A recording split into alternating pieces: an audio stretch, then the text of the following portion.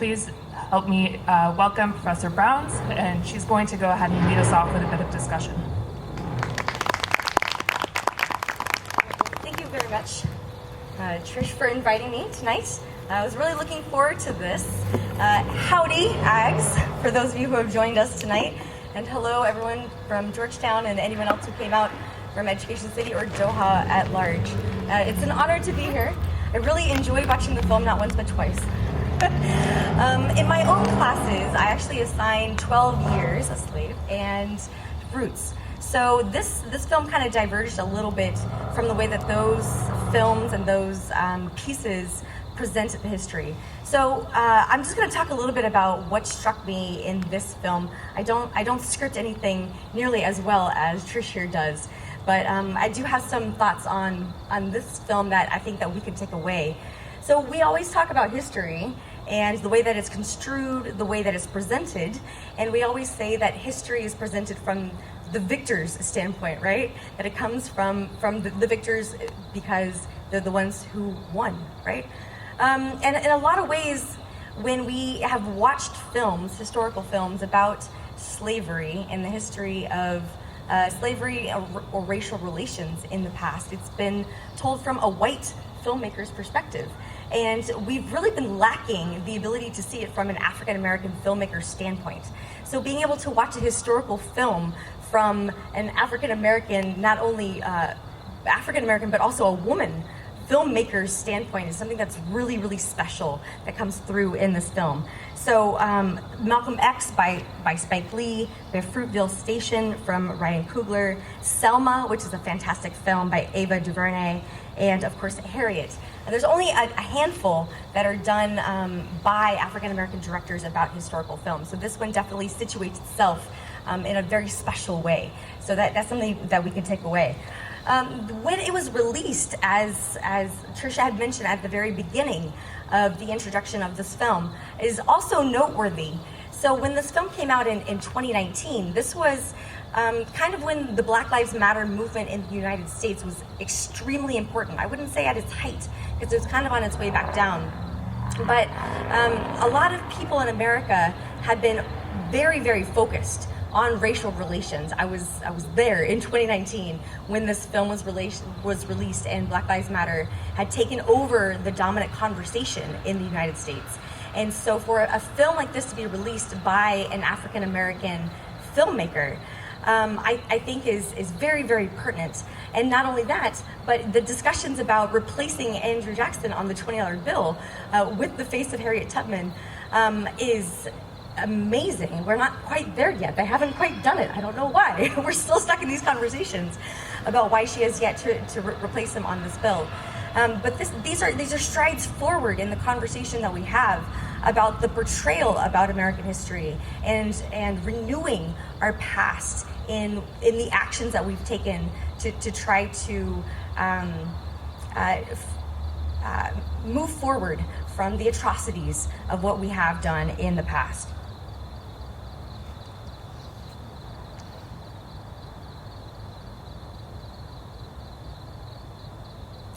So of course, when we're looking at historical films, we want to know how much of it was actually accurate. I'm not going to go through all of the details right now. And of course, a filmmaker wants to make sure that there's enough drama to lead the story forward, that there's enough character analysis, that you're interested, that you're not sitting here looking at your phones or on Instagram, that you're actually watching the film, right? And so what's amazing about this film is that it's mostly accurate.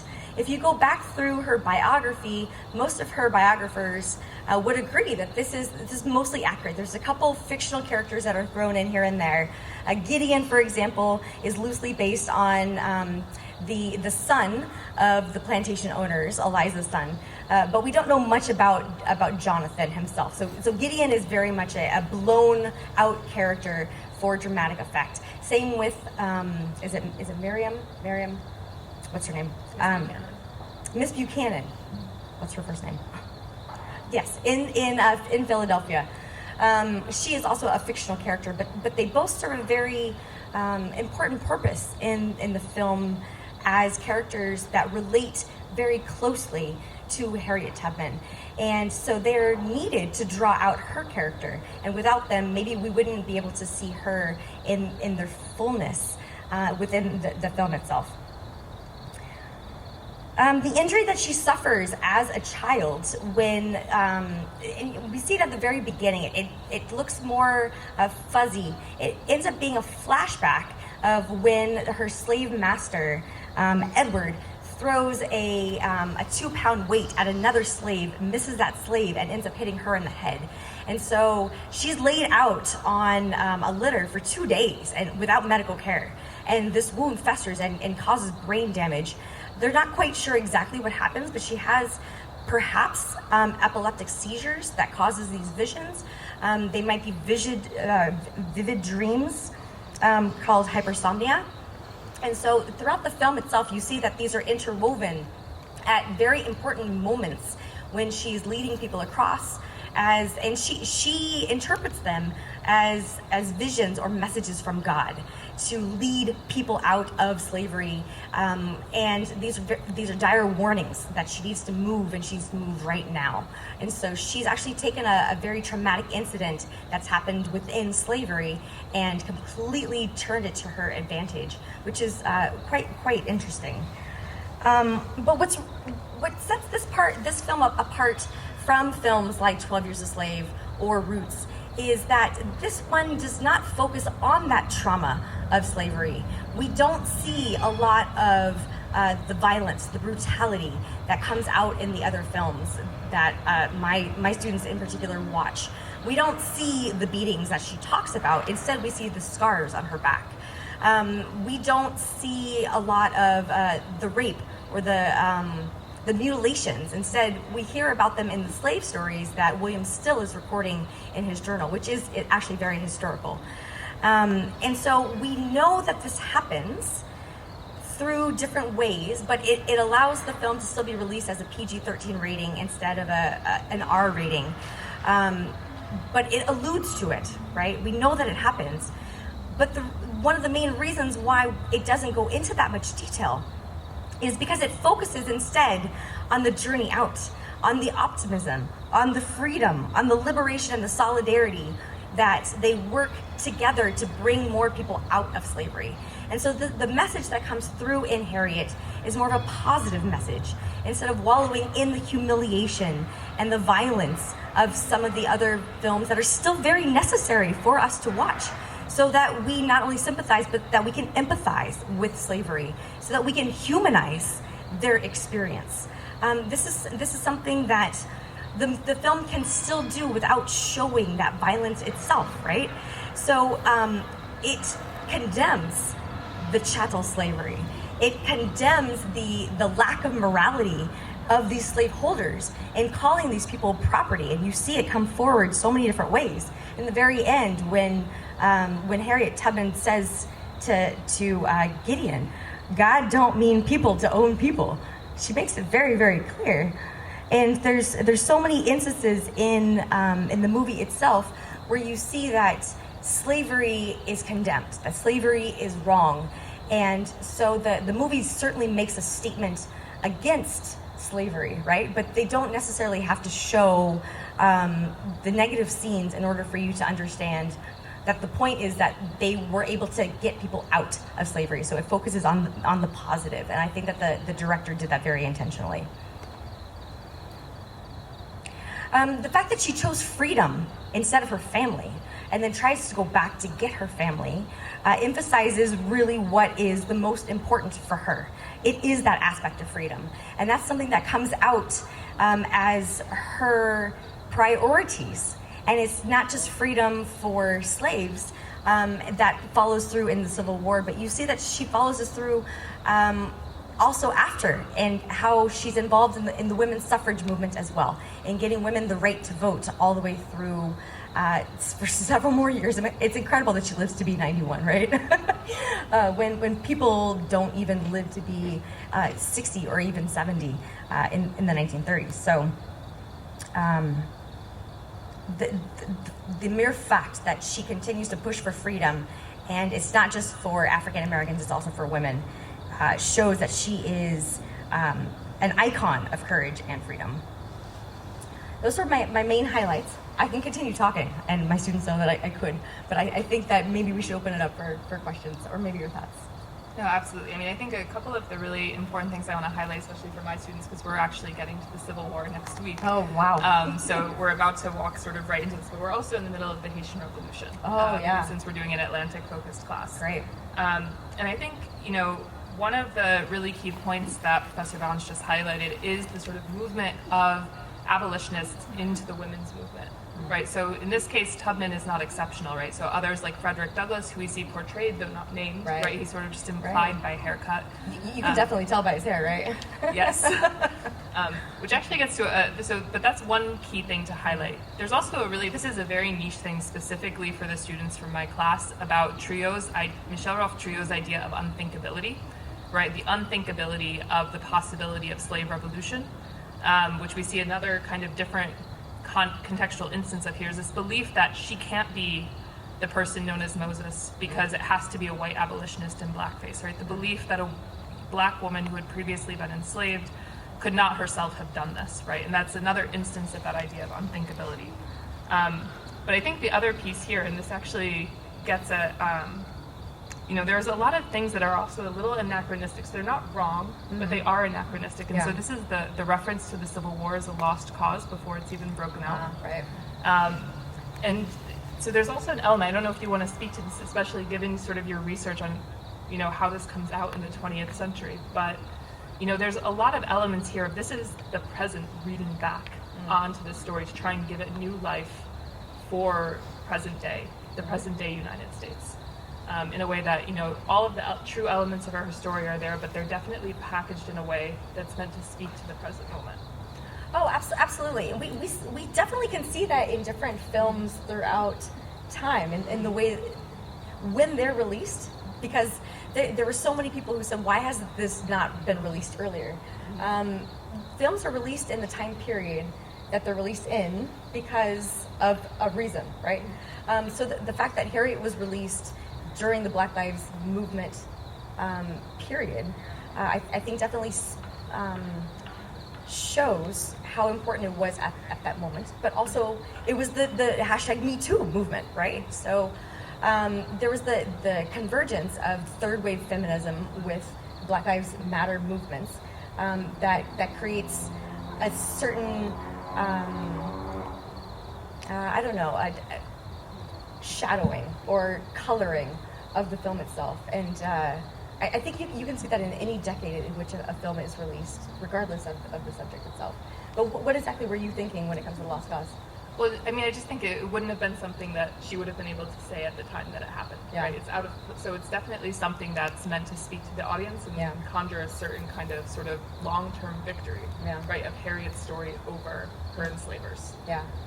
And so I think in that last scene in particular, right, she's really making a claim on what the American story about slavery is and will be. And sort of, again, putting her at the center of the Civil War, putting Black soldiers at the center of the Civil War, is really a claim on a particular narrative and saying this is the story that really needs to be at the center of the narrative. And I know historians like Kelly Carter Jackson are reviewing this film for the Washington, I think it was the Atlantic, but she actually had made a really interesting point that, there was quite a lot of debate over this film about what it had gotten right and wrong when it came out. And she had said here, the most important thing that it gets right is that Black women played a big part in securing their own freedom. And that story, like you said, hadn't been told before. Right. But we do want to make sure we take some questions, so I'll go ahead and call on people as I can see you, and give Professor Bounds a chance to respond to you. I just have a comment to make before I speak, unfortunately. I have to commend all the organizers for today's event. It was superb, quite frankly, with regard to the timing, the location, and the entertaining movie. So thank you very much for this. Thank you again for coming. Okay, so the movie that we watched last time, I think it was named Tulare, right? So the panel we had in that time, you talked about how the character of the white woman who gave them their house for gathering around, she didn't really exist. it was more of the Hollywood politics about you can't exactly paint all white people to be bad. Did that also play a part in this movie? Like, we saw a lot of white men helping Harriet out while she was like escaping to the north. So did that also play a part in it, or was that more or less accurate in that sense? Do you want to go? Sure. I mean, so in Tulare, we have a fictional woman who's invented sort of for the sake of the plot. And for those who weren't there, this was a film depicting a slave revolt in Curacao in 1795 that happened as the Haitian Revolution is unfolding then in the French colony of Saint-Domingue. And in this film, is Danny Glover, who's an American actor, in it. He's been trying to make a film about the Haitian Revolution that led to the founding of the first Black Republic for years, and has not been able to get money for such a film precisely because the film lacks white heroes. And so in this film, there is a white woman who ends up giving her house to the rebels, silently aiding them. But it really goes unexplored, and particularly because she's the only white woman portrayed in the film. White women's role in the story goes much more unexplored. Here, I think we actually get a much more complex portrayal of sort of different groups within white American society and their different relationships to the system of slavery, to the abolitionist movement. And so I guess from my perspective, what I see here is that there are different representations that capture a range of politics as the US is descending into civil war. So the difference is that Curacao was not descending into a civil war over slavery at the time that the film was taking place, where that's not true for this context. I don't know if maybe you want to give them a little context about the Civil War itself. Yeah, so definitely in the antebellum period, one of the keys to the abolition movement itself was the interracial aspect of it. And so William Lloyd Garrison, who was one of the most firebrand abolitionists of the day, was a white man. He ran the Liberator newspaper and put his life in danger several times because people tried to bomb his house. They tried to bomb his newspaper. Printing press. He was constantly at threat for his life because people were so against him as a white man trying to help out slaves. It was just an abomination, especially for those in the South. And we look at things like the creation of the NAACP. That was an interracial type of effort as well. And so the fact that white people and black people had to work together, I think is really important. And women helping men, and the reverse when it comes to suffrage is also crucial. You can't do it alone. We have to work together. And so the interracial aspect of the antebellum period is something that was not very explored in this movie, but you see come out just a little bit in the film. And so yes, it is complex. You can't put everyone in the same box, right? You can't say all white people in the South are bad, and you can't say all white people in the North are good, because humanity is complex, right? But the relationship that people do create helps a movement to persevere and endure according to what I would argue, the leaders of the movement itself. And so I'm really glad that the abolitionists that you see in that room, you also see William Seward, who runs for the presidency of the United States in 1860, becomes the Secretary of State under Abraham Lincoln. You see him in that room. John Brown, who is on the opposite side, not a diplomat. He holds a raid at Harper's Ferry in Virginia. Harriet Tubman supports him, but yet she's not part of that raid. He is also in that room. So there's a lot of firebrands, a lot of different people on not necessarily the political spectrum, but the violence spectrum, who look at abolition and they work together towards the same cause, but in much different ways. They use different tactics, they use different strategies in order to try to end abolition or end slavery altogether. That's a great question, though.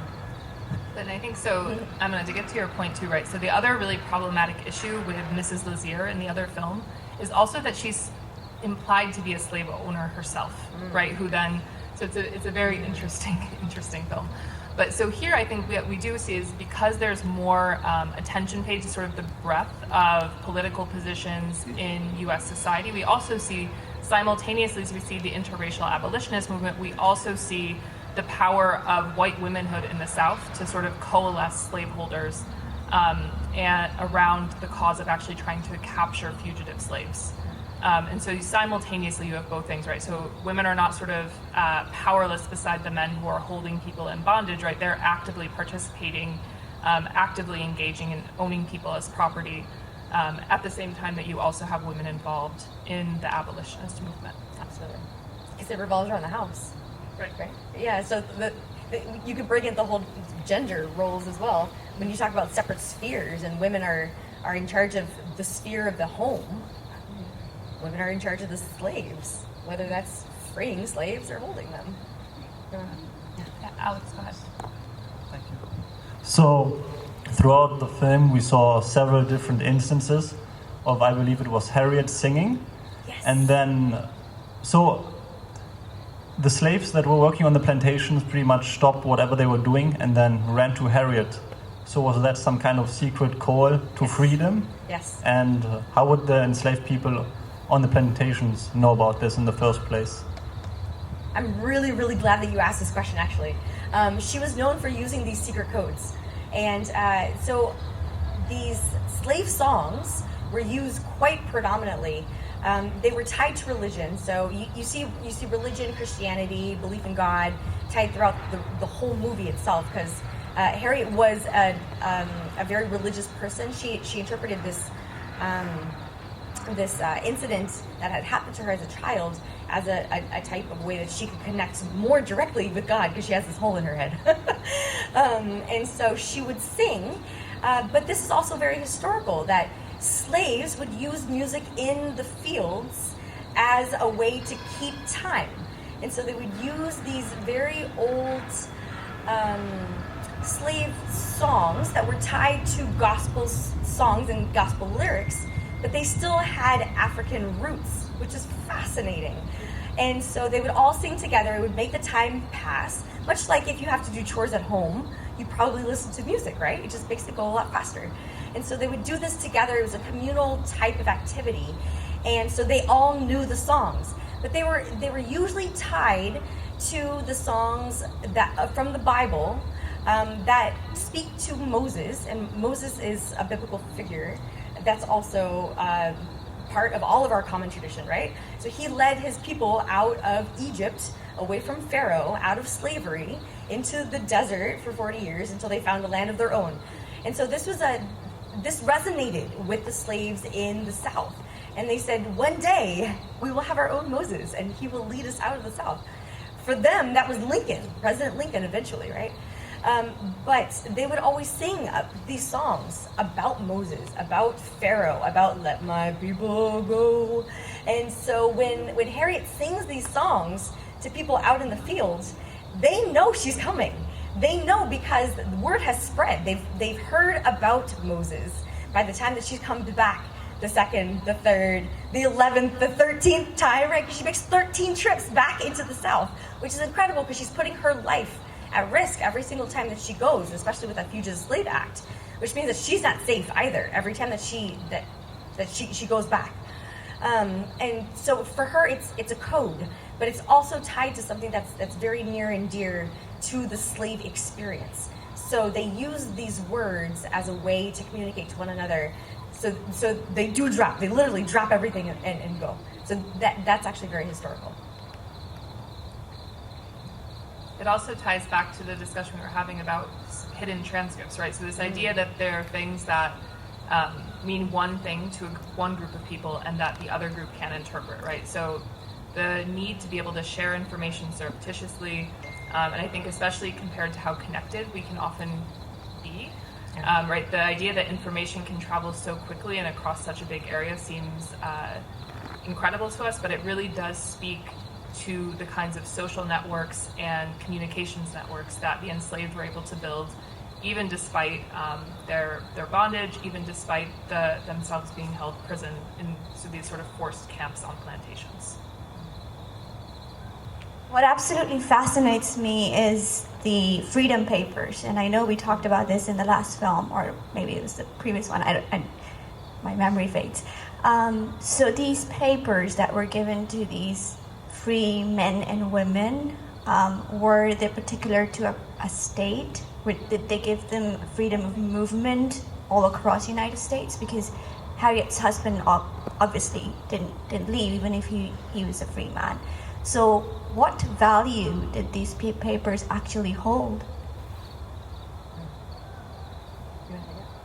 So, I mean, I can try. It was actually a question that goes a little bit beyond the bounds of my own knowledge about the specifics of freedom papers and manumission documents as they're issued. It does capture, though, something that is true about the pre-Civil War United States, which is that it is very much a federation of states that do not have the same kind of strong federal government that would come to exist in the 20th century.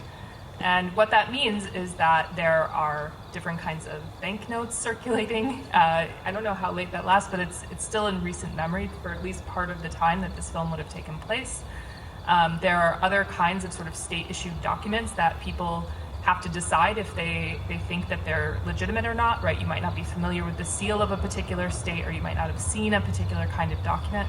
And so ordinary people in all walks of life had to learn how to sort of evaluate for themselves whether they thought the papers were real or not. And so that, on the one hand, makes any kind of standardization really difficult. On the other hand, it allows for things like what Harriet does, where she is able to use the false papers to travel in surreptitious ways. Because again, there's sort of a gray area, way to sort of fudge the way things are done, that gives a sort of liminality for how people can move in and out of that system of paperwork. But I think one thing that maybe we should talk a little more about is the Fugitive Slave Act itself, which is really, this is one of the timelines that gets pushed around a little bit in the film. So the Fugitive Slave Act is actually passed right around the same time she actually does escape to freedom. In the film, they have it wait a little bit longer until she's further along in her time at the Underground Railroad. But this was an act that, like they say in the film, allowed slave catchers to pursue people into free territory, to bring them back into bondage, no matter where they were in the country. And it also criminalized solidarity, right? It criminalized the act of helping fugitives escape to freedom. And so it made this whole process much more perilous and amplified the other piece, which I think is the same way people have to decide if documents are real or not. It also is sort of a you and what army kind of situation of, do you have the power to enforce what the paper says, right? And so in a case like Harriet's husband, initially, right, he may be free, but we see the way that his freedom, her father's freedom, is really powerfully circumscribed by the place that they're living in, right? And so they may be free, and yet they're still referred to as being owned by someone else, even though they're free. Their ability to move around is very circumscribed. They're both subjected to incredible precarity and violence. And so it gets at sort of that free and slave is not quite the harsh boundary that it initially appears, right? There's really a spectrum between chattel slavery on the one hand and full freedom on the other. I think you covered it, yeah. Okay, well then I think we're about at time. Do you want to have sort of just a last couple of thoughts before we wrap up?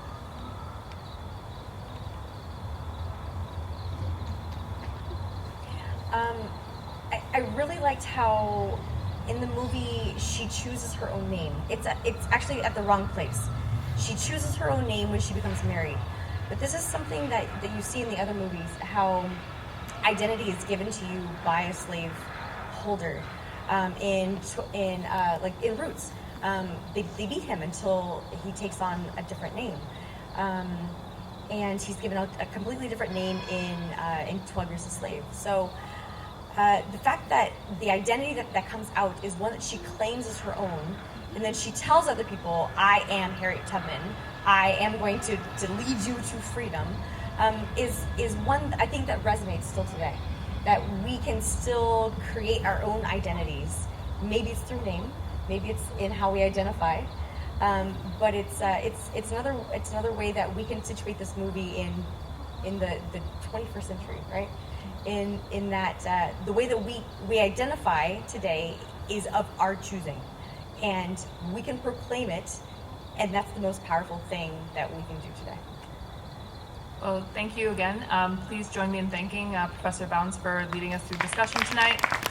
And our final film, we have a double feature. It's not double feature, it's one short film and a feature film for our next screening. We'll take a bit of a turn for the final film in the series, and we're going to be shifting to think about what are the legacies of the Atlantic world and the legacies of plantation slavery.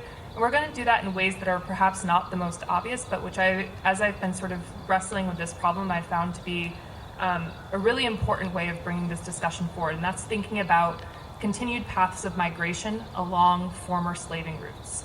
And so we're going to be looking at a short film by a TAMU-Q filmmaker who is unfortunately not with us tonight, but Susanna Mirgani, I'll sit, and then Mediterranean, looking at the migrant crisis in Europe, centering the perspectives of African migrants. So please join us for those last couple of films. And then on April 13th, we'll have a concluding panel bringing together 2 scholars who work on the Atlantic world and 2 scholars who work on the Indian Ocean world and the Gulf to sort of think about what the histories of those 2 worlds look like when we bring them together. So thank you again so much. Thanks for coming.